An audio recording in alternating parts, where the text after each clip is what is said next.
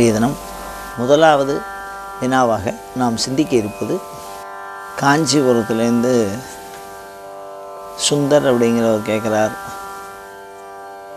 மோட்சம் அப்படின்னா என்ன அப்படின்னு கேட்குறார். பொதுவாக இந்த மோட்சம் அப்படின்னு சொன்னால் நமக்கெல்லாம் முதல்ல ஞாபகம் வருது என்னென்னா, இறந்த பிறகு இறைவனை அடைவது அப்படிங்கிறது தான் நினச்சின்னு இருக்கோம். ஆனால் சுபாவத்தில் அந்த மோட்சங்கிற சொல்லுக்கு என்ன அர்த்தம்னா, விடுபடுதல் அப்படின்னு அர்த்தம். இப்போ ஒரு உதாரணம் பாருங்கள். ஒரு கூண்டுக்குள்ளே ஒரு கிளியை அடைச்சி வச்சுருக்கோம்.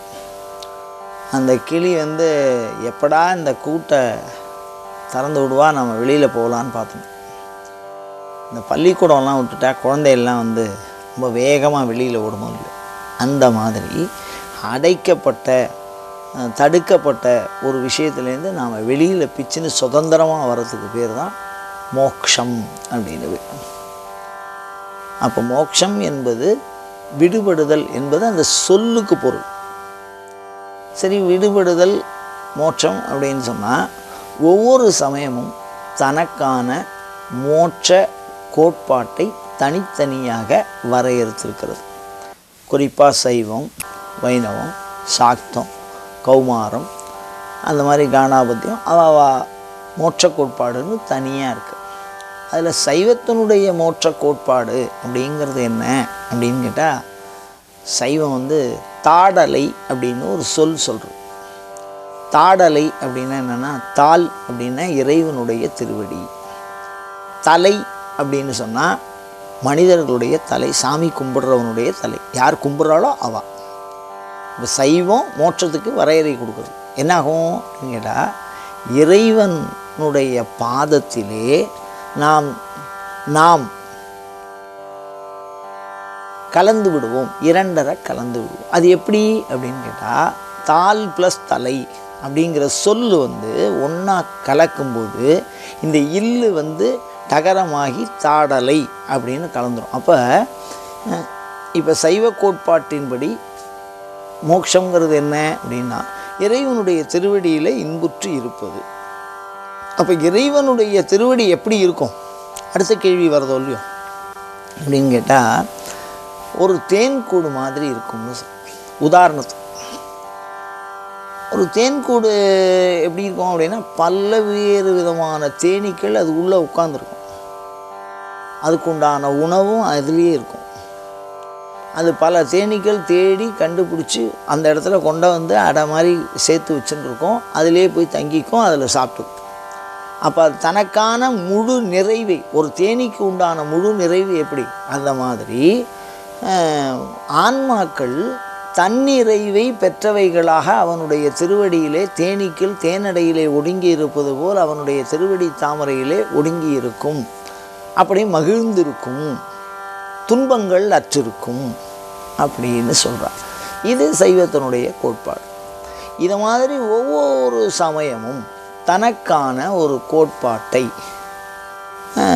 தனியாக விதித்திருக்கிறது. பாஷாணவாதம்னு ஒரு சமயம் வருது, அந்த காலத்தில் இருந்திருக்கு. பாஷாணம் என்னென்னா, துன்பங்கள் அற்று இருத்தல், அவ்வளோதான் அந்த மோட்ச கோட்பாடு.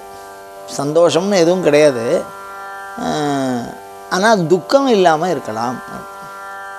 ஓஷதிவாதம்னு ஒரு சமயம் இருக்குது. அந்த சமயம் என்ன சொல்கிறதுனா, இந்த மோட்சத்தில் மனிதர்களுக்கு பசி, காமம், கவலை, பிணி இதெல்லாம் எதுவுமே இருக்காதான். இயல்பான அவஸ்தைகளிலிருந்து விடுபட்டு இருத்தல் அப்படின்னு ஒரு சமயம் இருக்குது. சித்தர் சமயம்னு ஒரு சமயம் இருக்குது.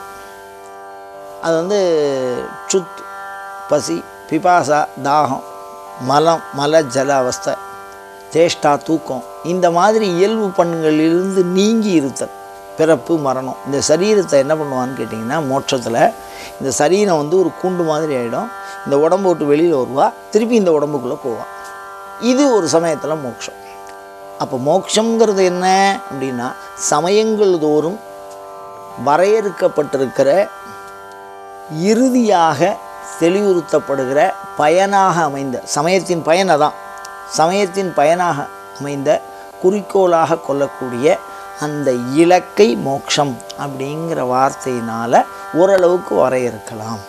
அதனால் ஒவ்வொரு சமயமும் தனக்கான மோட்ச கோட்பாட்டை தனியாக கொண்டிருக்கிறது. அந்த வகையிலே சைவம் என்பது இறைவனுடைய திருவடியிலே இரண்டற கலத்தல், இன்புற்று இருத்தல், துன்பமற்று இருத்தல், பிறவியற்று இருத்தல், சலிப்பற்று இருத்தல். அந்த மோட்சத்தில் இதெல்லாம் இருக்குங்கிறான். இப்போ இன்பம்னா ஒரே பொருளில் இருந்தால் சலிப்பு வந்துடும், அந்த சலிப்பும் இல்லாமல் ஆனந்தமாகவே இருக்கிறது அப்படின்னு சைவ சித்தாந்தம் சார்ந்து சொல்லப்படுகிறது. வெவ்வேறு சித்தாந்தமும் இந்த மோட்சத்திலே இருக்கிறது. மோட்சம் என்ற சொல் என்பது விடுதலை என்பதை குறிக்கும். மோட்சம்னா விடுதலை. அப்போ இது வரைக்கும் என்ன அப்படின்னா, இப்போ நம்ம சமஸ்த துன்பத்தையும் அனுபவிச்சுருக்கோம். அந்த இயல்பு இப்போ இருக்கிற இயல்பை விட்டு சற்று மாறி இருக்கும். மோட்சத்தினுடைய கோட்பாடுன்னு என்னென்னா, மோட்சத்திற்கு முன் மோட்சத்திற்கு பின் அப்படின்னு ஒரு வாக்கியம் இருக்குது. ஏன்னா மோட்சத்துக்கு முன்பு ஆன்மாக்கள்லாம் எப்படி இருக்குது, மோட்சம் அடைந்த பின்பு ஆன்மாக்கள் எப்படி இருக்குது. அப்போ மோட்சத்துக்கு முன்பு இருந்த ஏதோ ஒரு சில விஷயங்கள் மோட்சத்துக்கு பின்பு இல்லை, மோட்சம் அடைந்த ஆன்மாக்களுக்கு இல்லை. அப்படி சில பண்புகள் விடுபட்டு போவது, சில தன்மைகள் விடுபட்டு போவது அப்படின்னு நம்ம புரிஞ்சுக்கணும். மோட்சத்திற்கு முன்பு மோட்சத்திற்கு பின்பு, மோட்சத்திற்கு முன்பு இருந்த சில இயல்புகள் மோட்சத்தில் இல்லாமல் போய், சில துன்பங்கள் இல்லாமல் போய், சில நன்மைகள் ஏற்படுவது, இதை தான் மோட்சம் என்று சாத்திரங்கள் பரிந்துரை செய்கிறது.